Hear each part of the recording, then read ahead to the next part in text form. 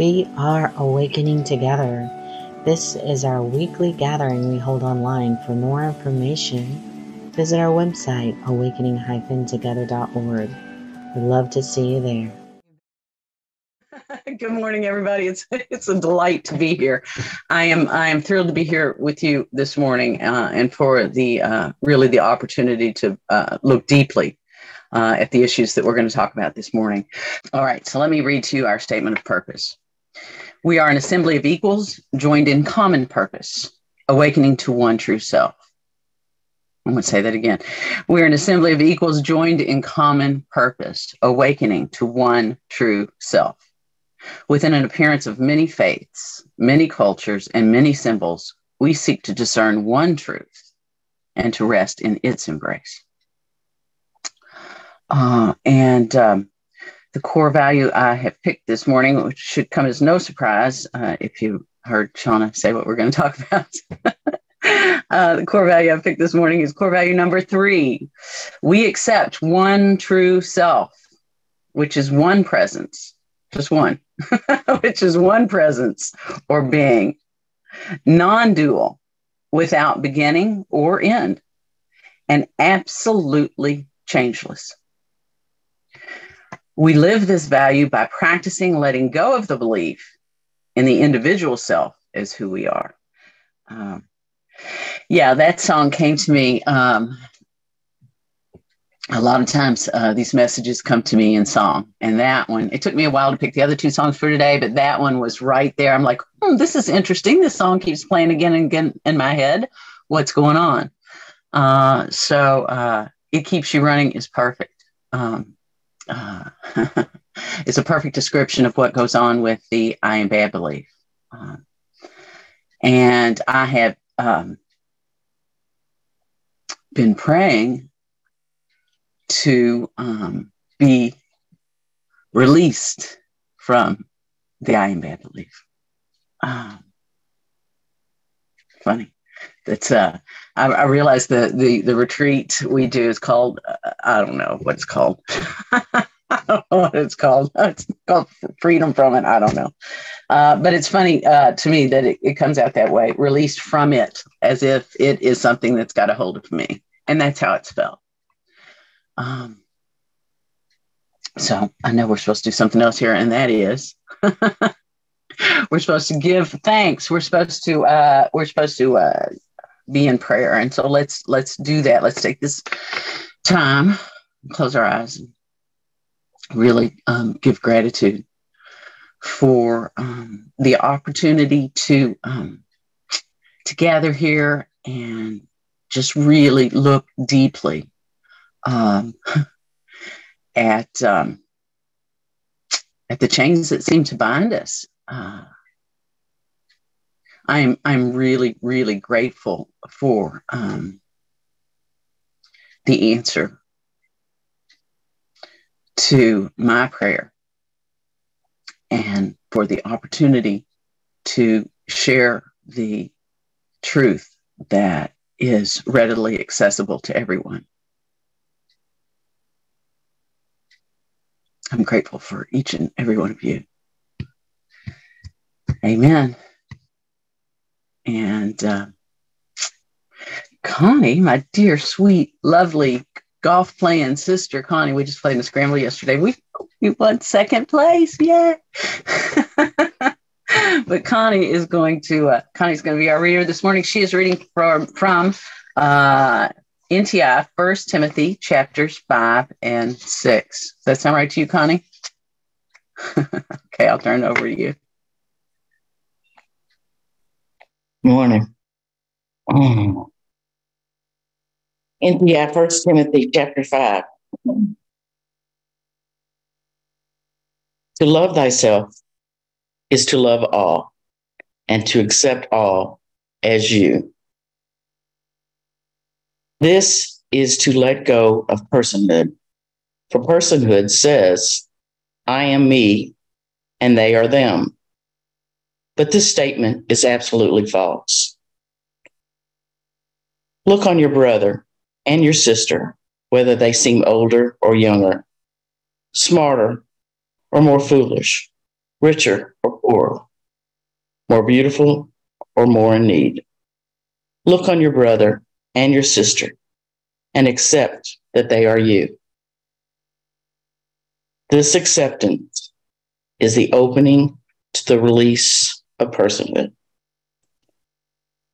Everyone is your family, not within the concept of personhood, but within the concept of expression. The concept of personhood says, I am me, they are them. But my family is an extension of the thought I. So they are closer to I than are those who stand further away as them. The concept of personhood is the concept of division and separation.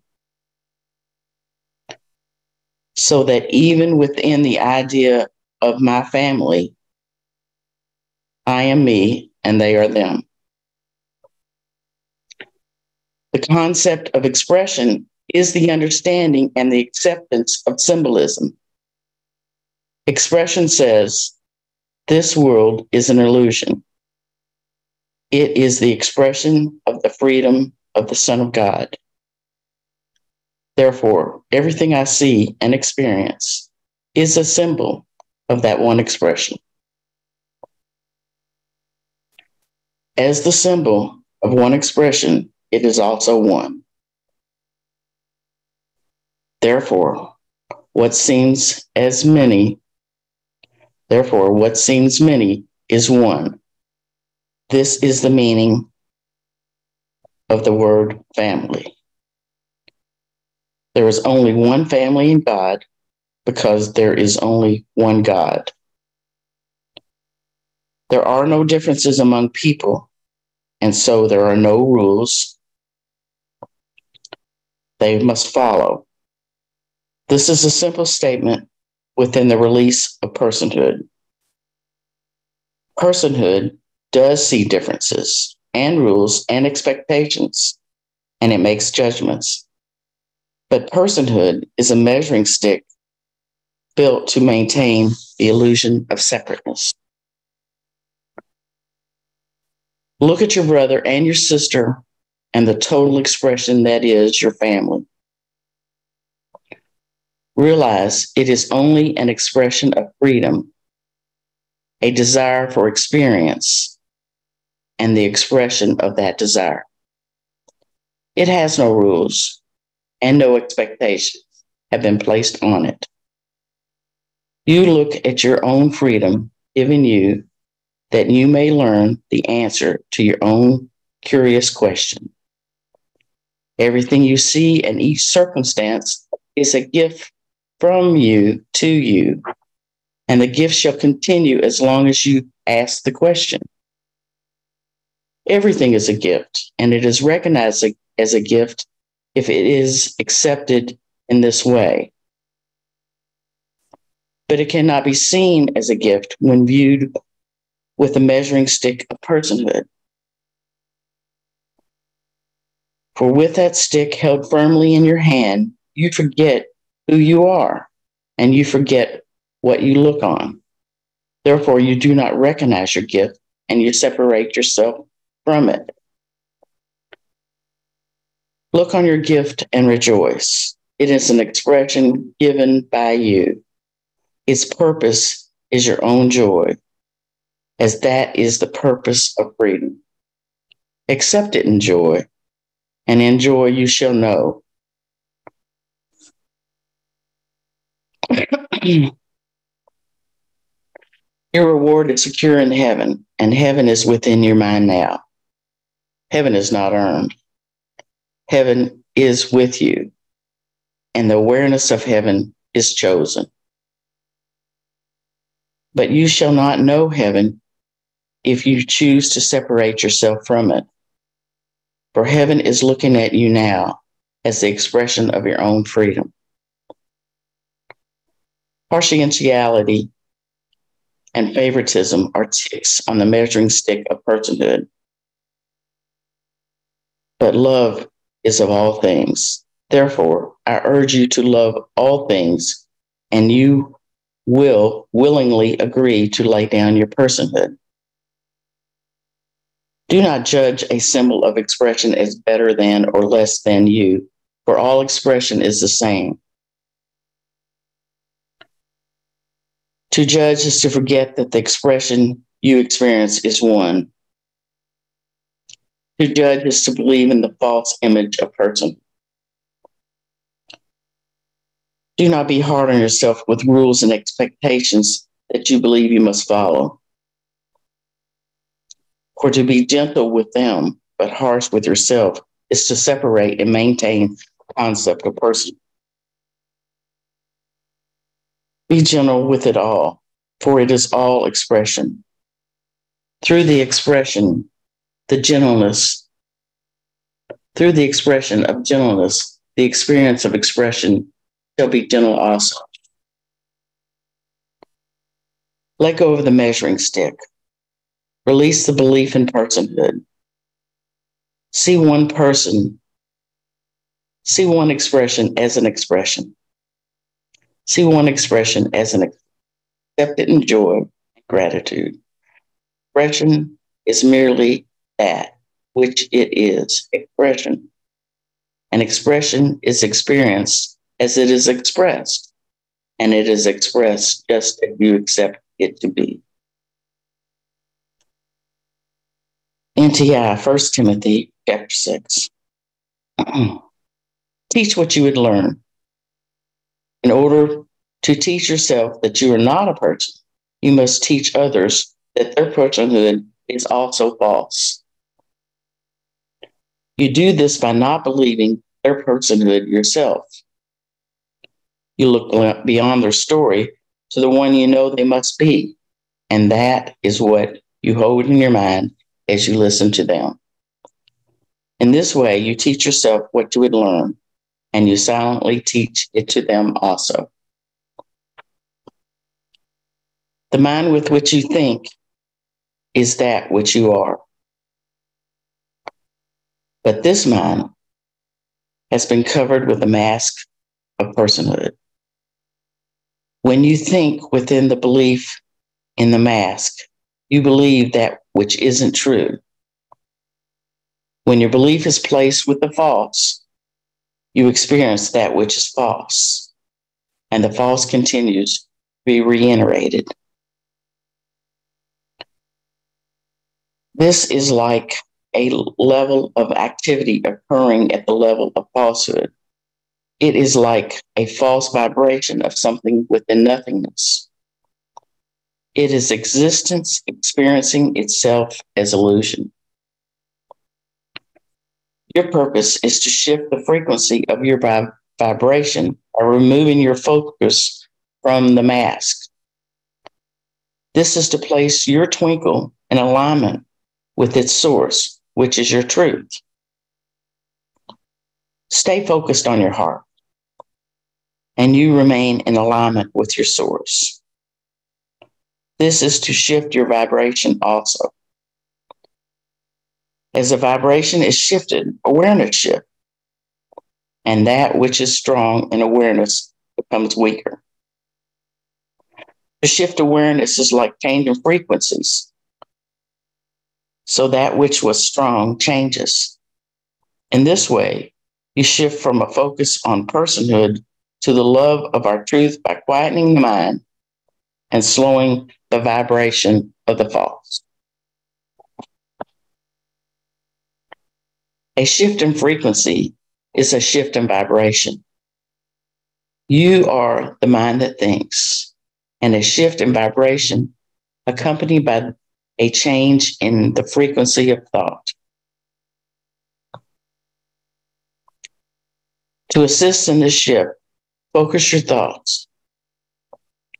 Focus on the frequency of God.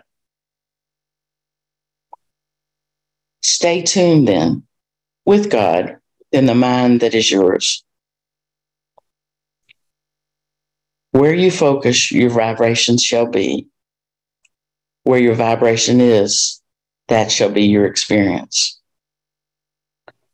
Through a shift in vibration and a change in awareness, the concept of personhood shall be gently laid down. You need not that which you do not want.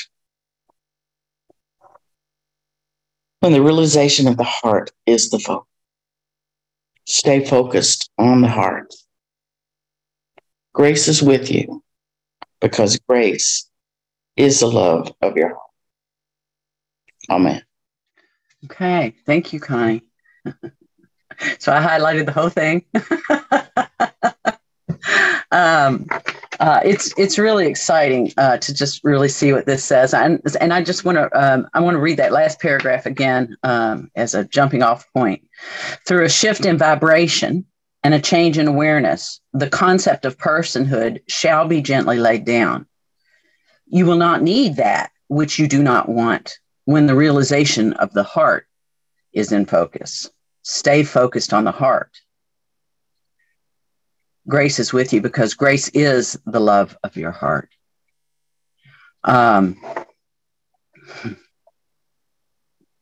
Yeah, so it's a simple matter of shifting your focus, right?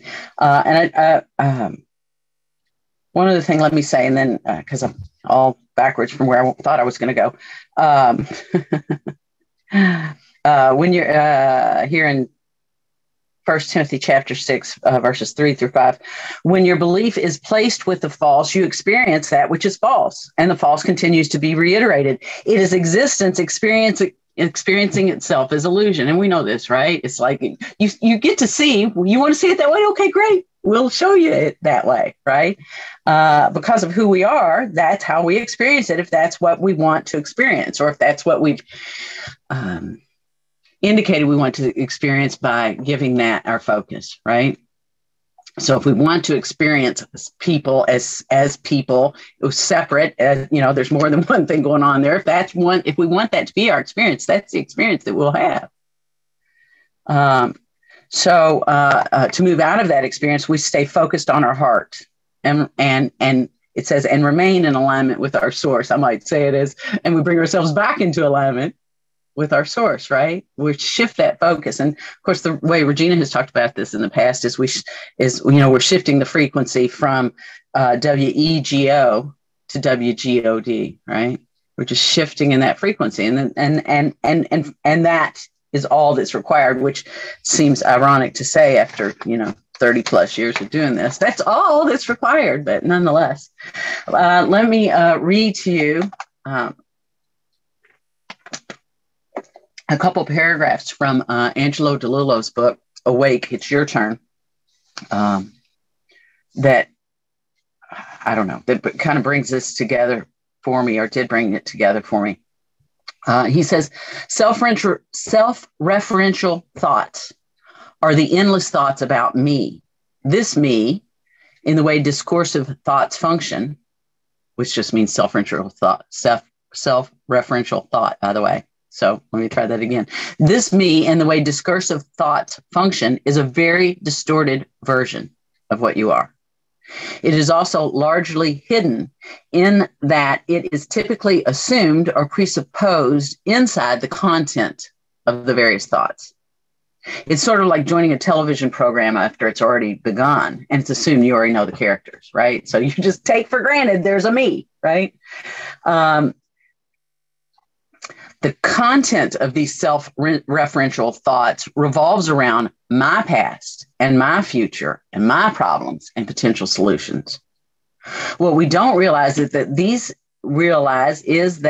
these types of thoughts constantly assume and reinforce two views. The first is, I am separate from everything and everyone else. This view brings with it a pervasive sense of isolation and loneliness. We often talk about separateness and, that's the belief in separateness, but listen to what Angela has to say. I mean, it's like, wow, that's huge. So again, these thoughts about me, constantly assume and reinforce two views. The first is, I am separate from everything and everyone else. This view brings with it a pervasive sense of isolation and loneliness.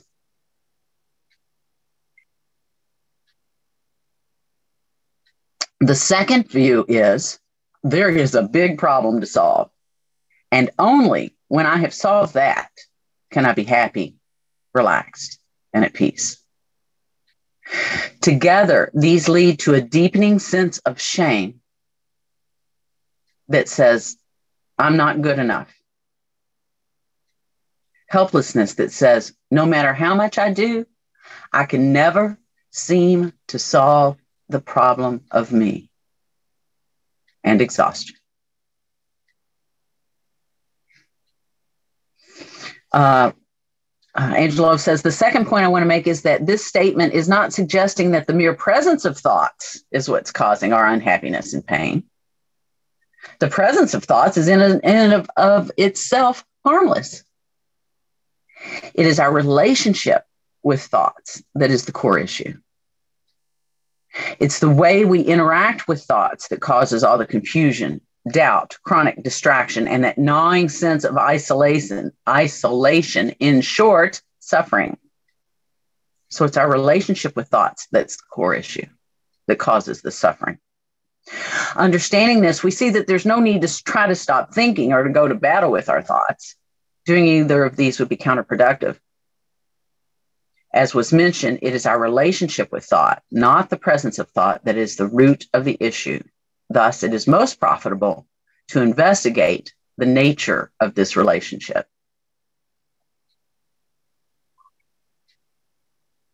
So again, that was helpful to me as a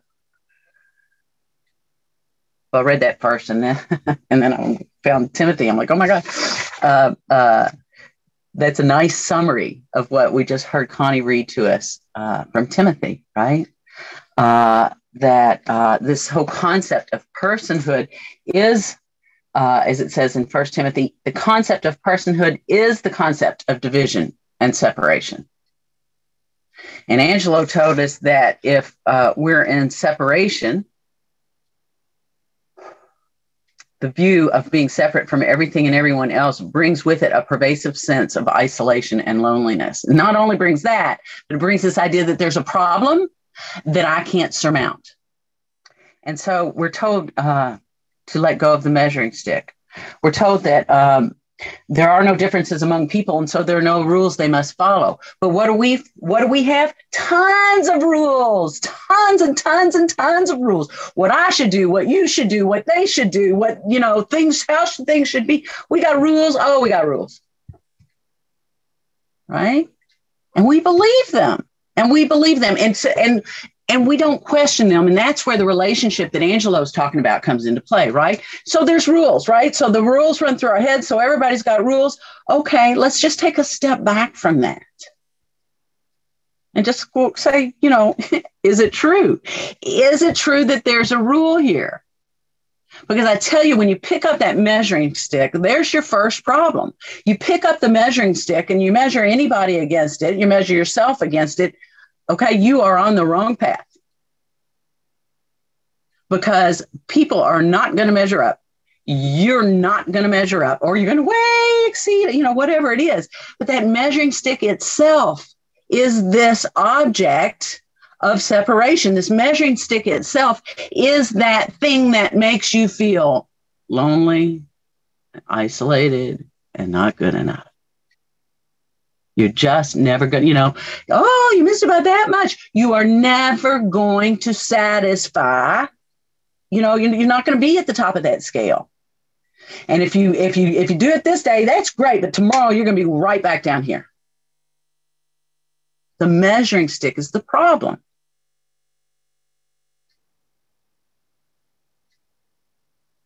The idea that there are persons is the problem because that's what creates the measuring stick. I'm going to measure you against me and then that one against this. And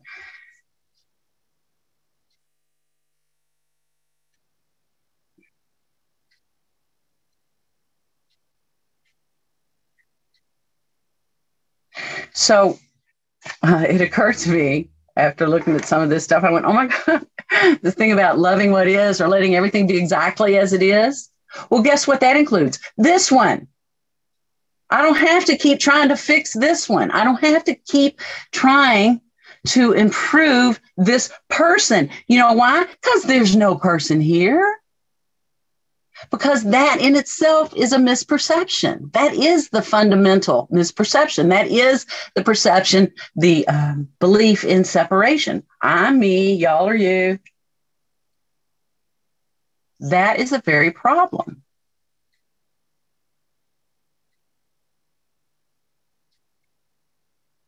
And I said this in Regina's program the other day.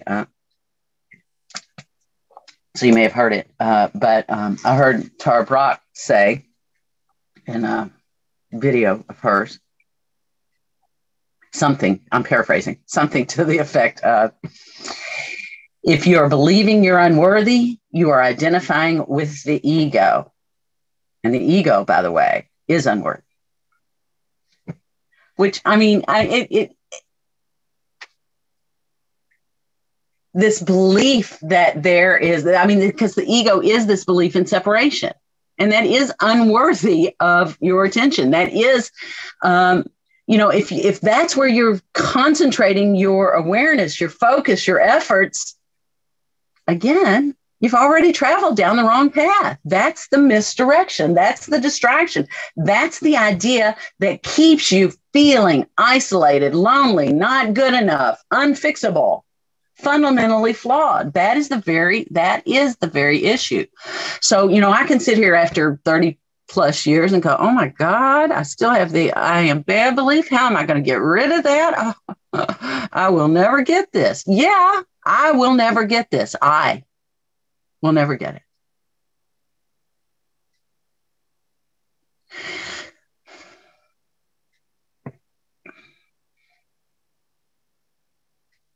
So I'm looking at some of these other notes I took. Let me just see, blah, blah, blah, where we are.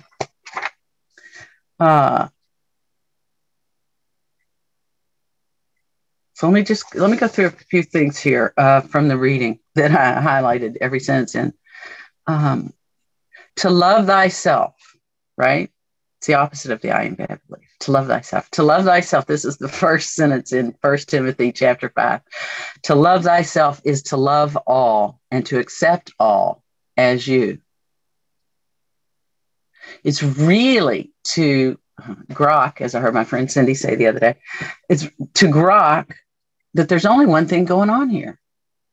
To really get that, not to get that as a concept, to begin to practice that. And as Rhoda was talking about in the Embodying Truth retreat, we get a lot of these truths here, but let's start practicing living from there. To love thyself is to love all and to accept all as you. So it's not like, well, wonder what she meant when she said that, right? She didn't mean anything. What's that got to do with that's not a good question. That's not a helpful question. That is a zoom. Let me focus in here, right here, this minute, on how we're separate.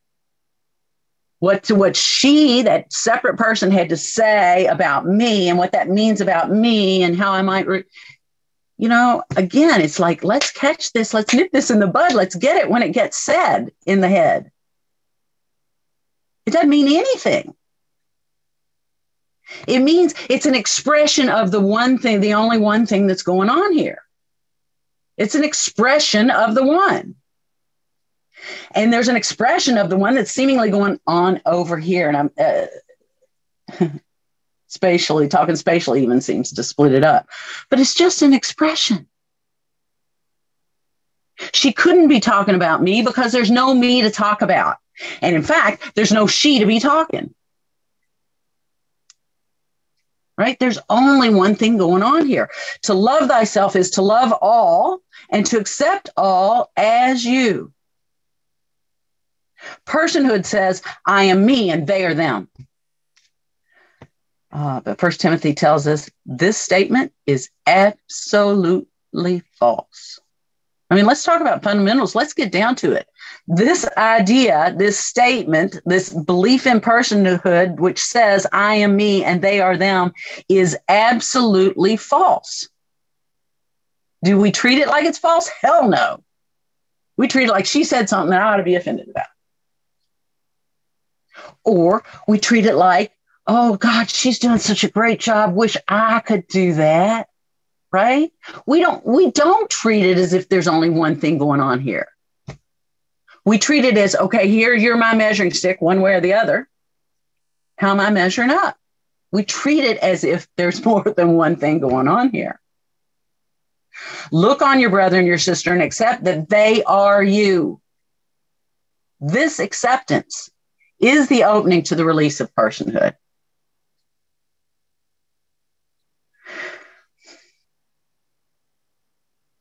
Now, let me just say that the mind has a hard time with this, because the mind's going to go, well, wait, how can they, they're over there and, they're 50 miles away. How are they, man? So here's a clue. Drop the mind. Just drop the mind, drop into your heart,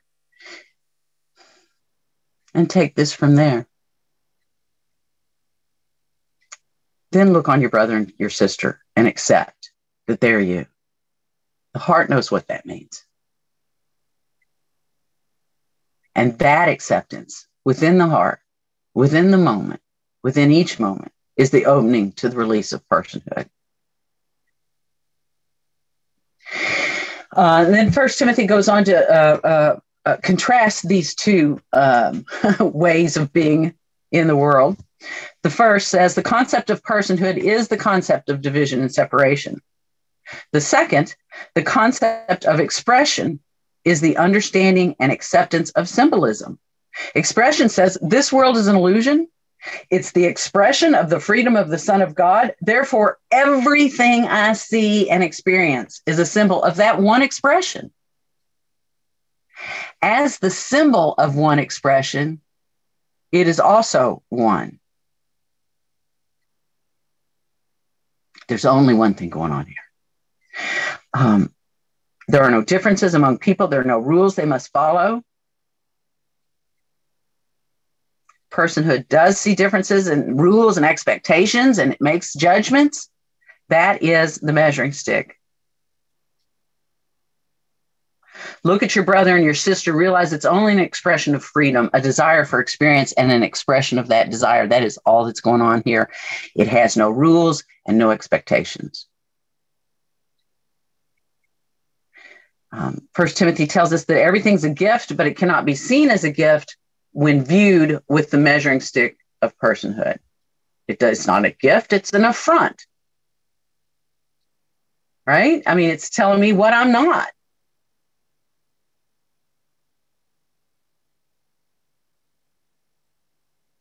Look on your gift and rejoice. Its purpose is your own joy.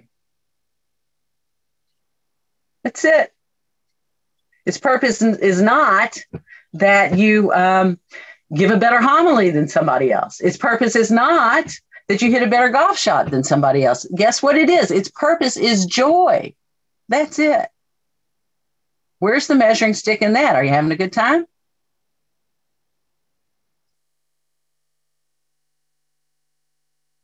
Its purpose is your own joy, as that is the purpose of freedom.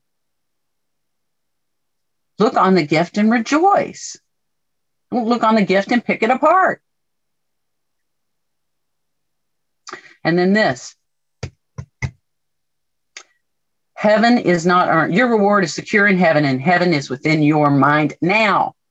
Not 15 years from now when you finally get this. When you measure up to whatever false expectations that you've created around what a spiritually enlightened person looks like. Heaven is within your mind now. It's available right this minute, right this minute. Heaven is not earned. Heaven is with you. And here's the kicker, the awareness of heaven is chosen.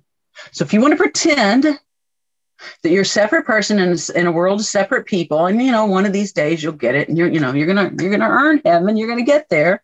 You can do that, but you don't have to. Awareness of heaven is chosen. And of course, the only time you can choose it is now. What time is it? It's now. It's always now. Choose it now. Don't look through your measuring stick and go, well, I'd choose it except I was a real shit earlier. Right? Choose it now. Make that choice now. You shall not know heaven if you choose to separate yourself from it. I urge you to love all things, and you will willingly agree to lay down your personhood. Let me read you this paragraph. This is verse 22 from 1 Timothy chapter 5. Do not judge a symbol of expression as better than you or less than you, for all expression is the same. You could call it whatever you want it, but buddy, we're all doing exactly the same thing, right? We're being expressions of the one thing that's going on here. Do not judge a symbol or of expression as better than you or less than you, for all expression is the same. To judge is to forget that the expression you experience is one, is to whip out your measuring stick. To judge is to believe in the false image of personhood. And then the next paragraph here is fabulous because it says, listen, don't be hard on yourself with rules and expectations you believe you must follow. For to be gentle with them, but harsh with yourself is to separate and to maintain the concept of personhood. So what we often do is we'll just change the measuring sticks, right? We'll just go, oh, well, if I was a better spiritual student, I wouldn't have, whatever, I would have done that better. I wouldn't have been so short. I wouldn't have, been irritable. I wouldn't have, right? So we're just picking up a new spiritual measuring stick. We're picking up another measuring stick and calling it spiritual. You're still participating in personhood if you're doing that. There's nowhere to get. There's no such thing as self-improvement. There's just not. There's either acceptance of heaven or there's turning away from that.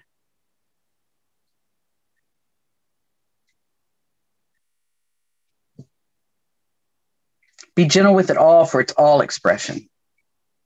Through the expression of gentleness, the experience of expression shall be gentle also. Right? What we want to do is we want to reject our experience. Oh no, that irritable one, that's not Jacquelyn. She's not irritable. No, Jacquelyn's great, right? And that's the natural thing. And our instinct is to run away from the parts of ourselves that we don't like, right? Our instinct is to run away. And I was listening to Tara Brach this week, and she's just really, really helpful on this. I've been listening to her book called Radical Acceptance, and some other of her videos that talk about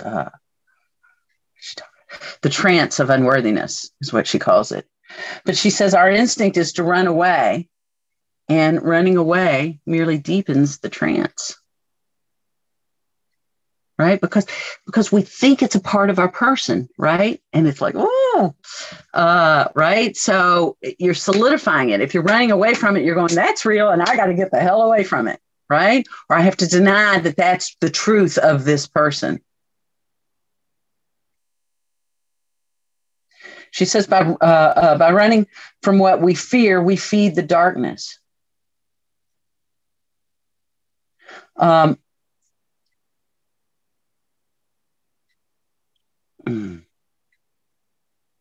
Regina had a teaching this week. You should go listen to it because I'm probably going to paraphrase it badly, but it occurred to me to putting these things together that what we're called upon to do is to stand still and watch to see that which has come to pass. Stand still, don't run from it, and just recognize the temporary nature of what arises. Again, it's that relationship with thought, because that thought's going to come in and go, you're screwing it up again. You're not quite getting this. They're looking at you like you lost your mind, right? I mean, it's to buy into that is what we normally do, but it's okay for those thoughts to arise. And you go, oh, not interested in that one. These thoughts have come to pass, right? They're just temporary appearances, and we can let them pass. We don't have to go, oh, look, that thought showed up in my mind. Okay, that is proof. I'm not quite measuring up.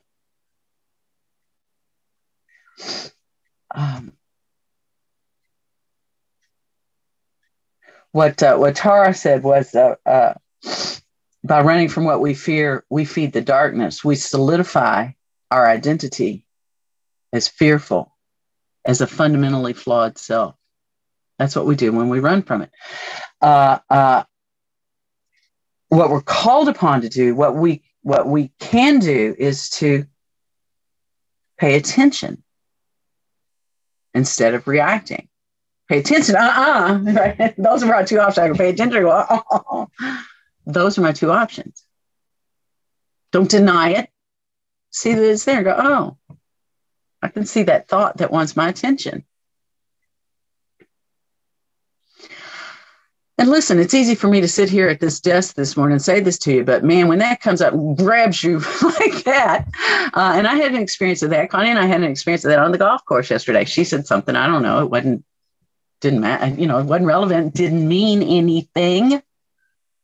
And it grabbed me. So there is a practice. There is a practice that Tara has recommended for this. And again, I've made this my own. You might listen to her and go, I didn't hear her say that. First of all, pause the story. Now we know this, right? Rest, accept, and trust. Rest the story. Rest the story. But what was helpful for me in there is to notice the measuring stick. So what story is being told? So, in here. So I don't know. Oh, I know what it was. Connie said, I'm like, so do you know what I'm going to talk about? Which is ironic, right? Do you know what I'm going to talk about tomorrow? She's like, no, I didn't read that email. I'm like, right?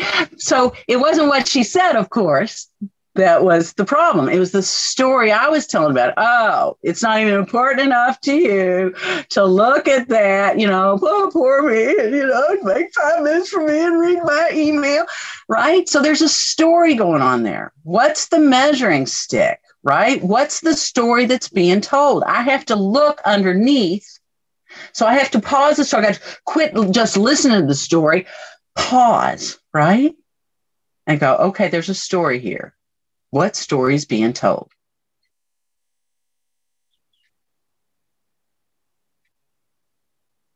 In that case, it was, I don't merit her attention. I'm not important to Connie. Whatever. Sorry, Connie. We had a nice talk about it after. And then feel for what. So pause the story, notice the measuring stick, meaning notice what story is being told. And then feel for what's underneath that. Name it.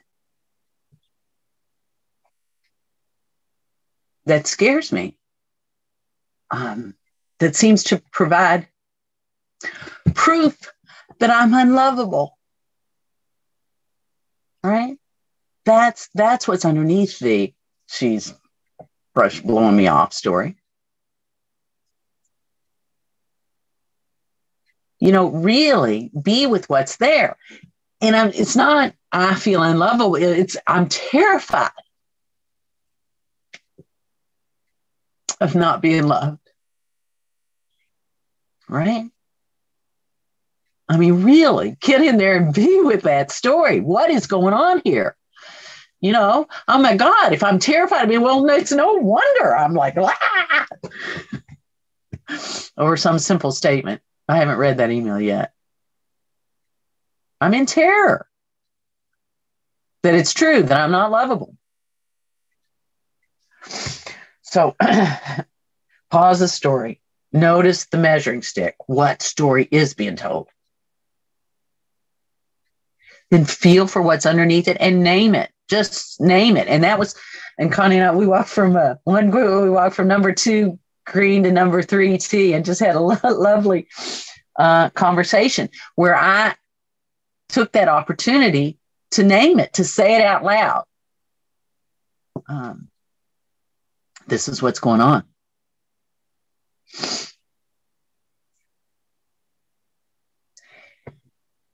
And then the final step is to give that compassion, as Tara Brock puts it. Give that compassion. I might put it for myself, is to drop into the heart. Okay. So we've stopped telling the story. We've noticed what the measuring stick is. We noticed what story was being told here. We feel for what. So, okay, if that story was true, what is that? Oh my God, that's whatever the feelings are that go with that story. So all that's been identified, all that's been exposed, and now I just drop into my heart, and that's what 1 Timothy chapter 6 told us. Stay focused on your heart. Stay focused on your heart, and you remain in alignment with your source. This is to shift your vibration also. As the vibration is shifted, awareness shifts, and that which was strong in awareness becomes weaker.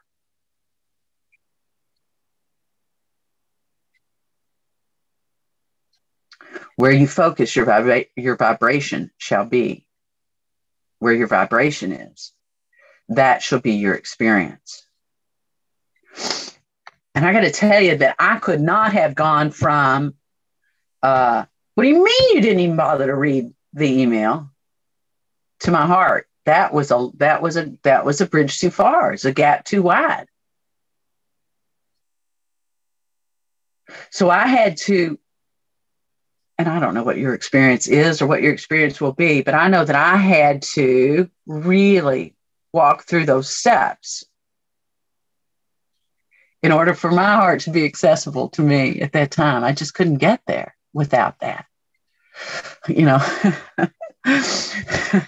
Serenity now, right? Again, I needed to look at what was going on. Oh, I see we're out of time. I'm so sorry. Yeah.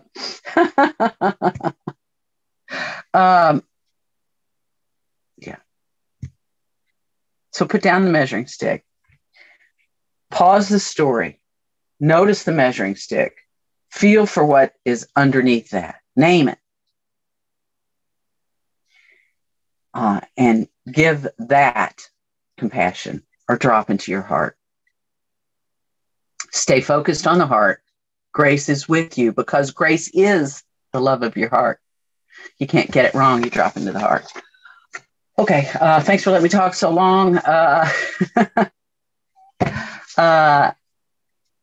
guess we can,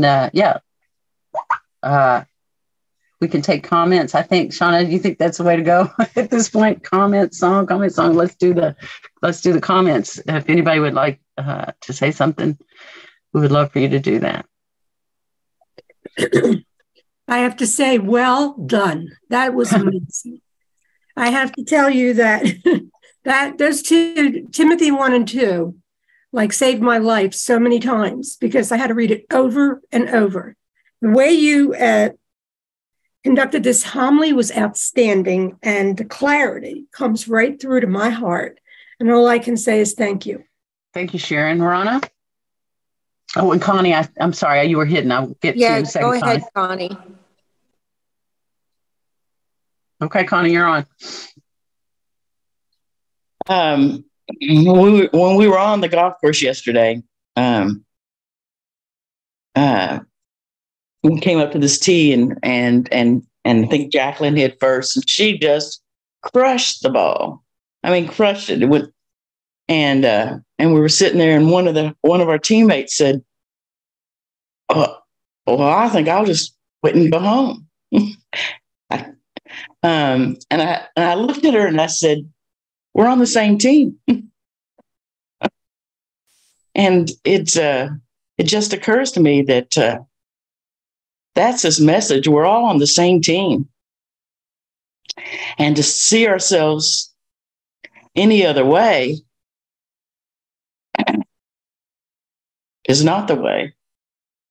Thanks for letting me speak.